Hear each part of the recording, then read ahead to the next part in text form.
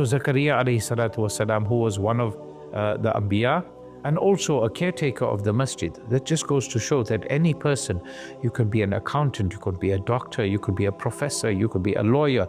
There is nothing wrong, with you cleaning the toilets of the masjid, or vacuuming the masjid, or cleaning the wudu area, or perfuming the masjid.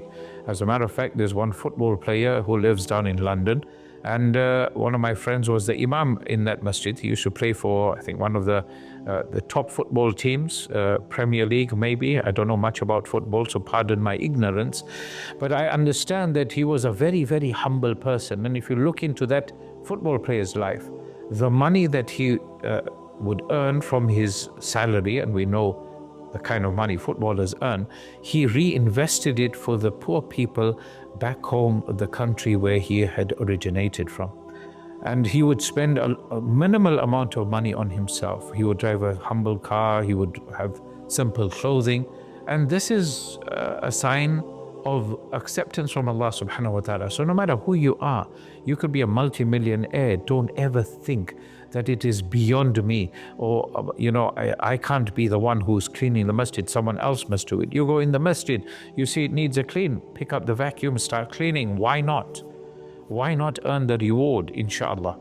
So all the caretakers of that masjid said, look, we also want to have this honor of looking after Hazrat Maryam alayhi salatu wasalam. So what they decided was, okay, we are all going to throw our pens that we used to write with, and those days they used to write with the feathered pens with ink pots.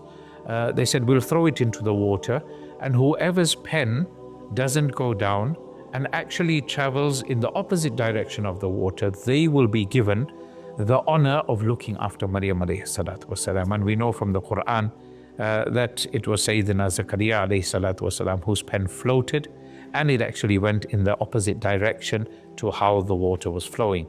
So be of those who want to look after those that look after the masjid. You go to your local masjid, don't treat them as your servant because you give £5, £50, £500, £5,000 a month. If you are doing so, subhanallah, mashallah, it still doesn't entitle you to be a dictator in the house of Allah subhanahu wa ta'ala. Rather, this should humble us and grant us the ability to look after the masjid.